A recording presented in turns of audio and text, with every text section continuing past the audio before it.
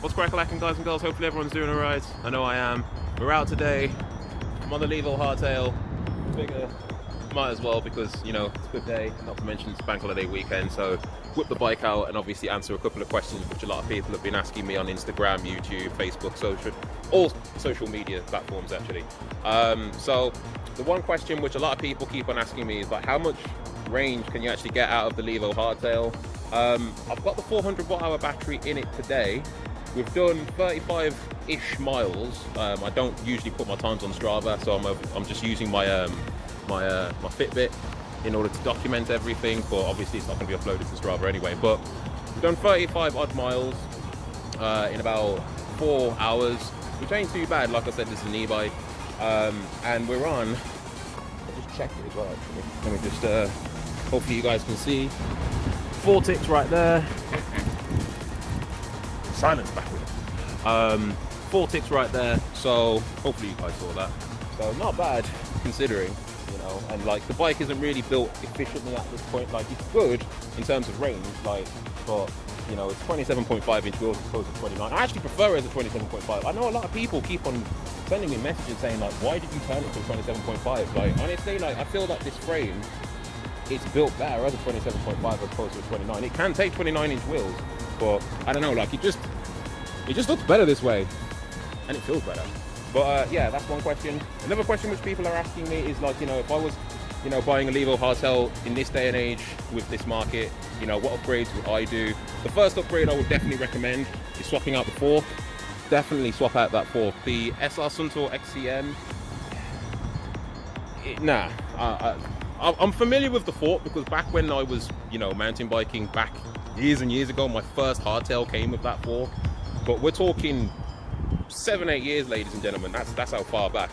So, you know, as soon as I went to an air fork, and oddly enough, the first air fork I ever tried was an SR Suntour.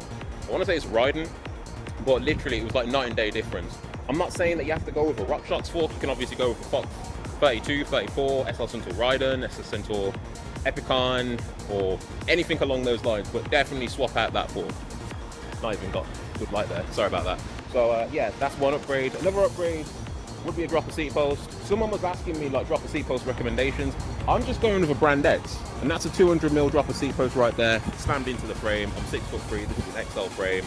You know, the standover height on this bike, considering that I've gone to 27.5 inch wheels, it is a lot lower. Of course, my bottom bracket is as well. I've tried to stick to the geometry of what I would think a upgraded Levo Hardtail could be. So it is rocking a 65.5 degree head tube angle, which, you know, it may not sound slack, but believe me, it's good enough actually. Like, you know, I wanted this to be quite versatile, so decent trail weapon, decent commuter bike, decent everything. Obviously it's a hardtail, so I know a lot of people would think, I'd prefer full sus. That's fine. You know, if you've got your preferences, you've got your preferences. Me personally, like, you know, I'll swing a leg over anything. And then the other upgrade I would say would probably be the drivetrain. Now, I can understand why Specialized did go over 9-speed because, you know, at the end of the day, with hardtails being so efficient, they are pretty efficient anyway, but you don't want to be spending too much time faffing around regarding drivetrain maintenance. So I can understand why they went with a 9-speed, but the actual gear ratio at the back, I think it was 11 to 32 tooth, is not optimized for this Bros motor. So I went with a 10-speed, 11 to 42 tooth.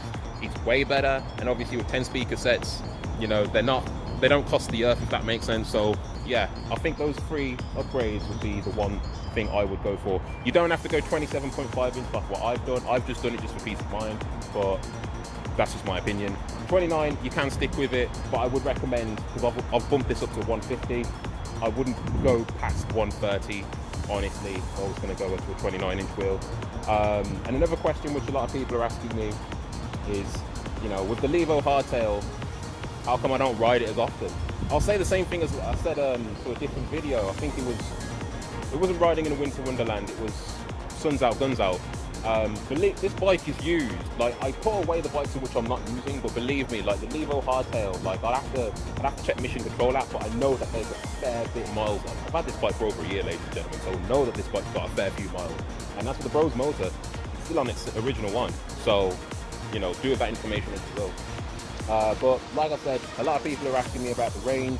I probably will try and do a video, like, you know, you seeing it and I'll try and make some of the places in which I visit a little bit more enjoyable, as opposed to just seeing like little trail centres in which I hit. Like, you know, I might do a couple of laps around Detroit, Glenville, or maybe I'll go to Cannock, I'm not too sure, but like, you know, I wouldn't mind trying to put this bike through paces in terms of range and trying to see whether or not it can party with the full bikes out there. Like, I did a group ride recently on the Levo Hardtail. People were shocked.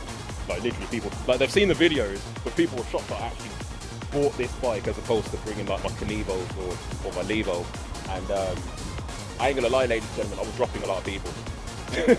Putting it like that, I dropped a lot of people. Like, people did not see it coming.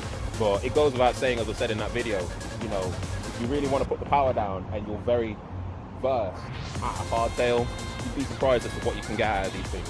But like I said, this is just going to be a quick one. Shout out to everyone out there who's loving the Levo Hardtail stuff. It will be coming back. Shout out to everyone out there who's loving the Bafang stuff. That will be coming back. I know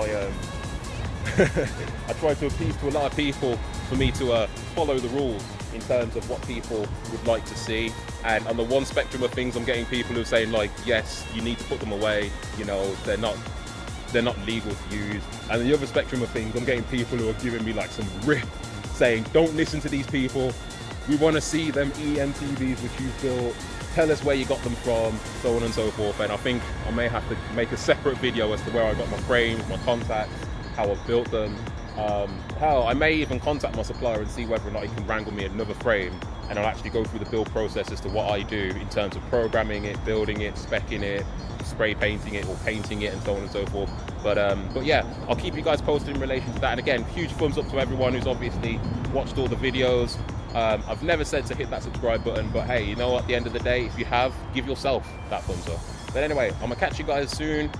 Obviously, I'll be making a video regarding how much range and how much distance you can cover on a Levo Hardtail. And let me know if you've got any other recommendations as to what you want me to cover. I know someone did contact me and saying, am I going to try that white E505? The funny thing about it is I actually made contact with Legendary Bikes, and of all things, they've got them. And I was like, maybe I should borrow one for a week and see what the hoo-ha is actually. Like, I'm familiar with the Bosch Gen 4 motor, but you know, I've never tried it on a hardtail. But like I said, let me know in the comment section, of course, any recommendations as to what you guys want to see. I'm all ears. And until then, take it easy, stay safe, peace be the journey, #FABT, and I'll catch you then. Peace.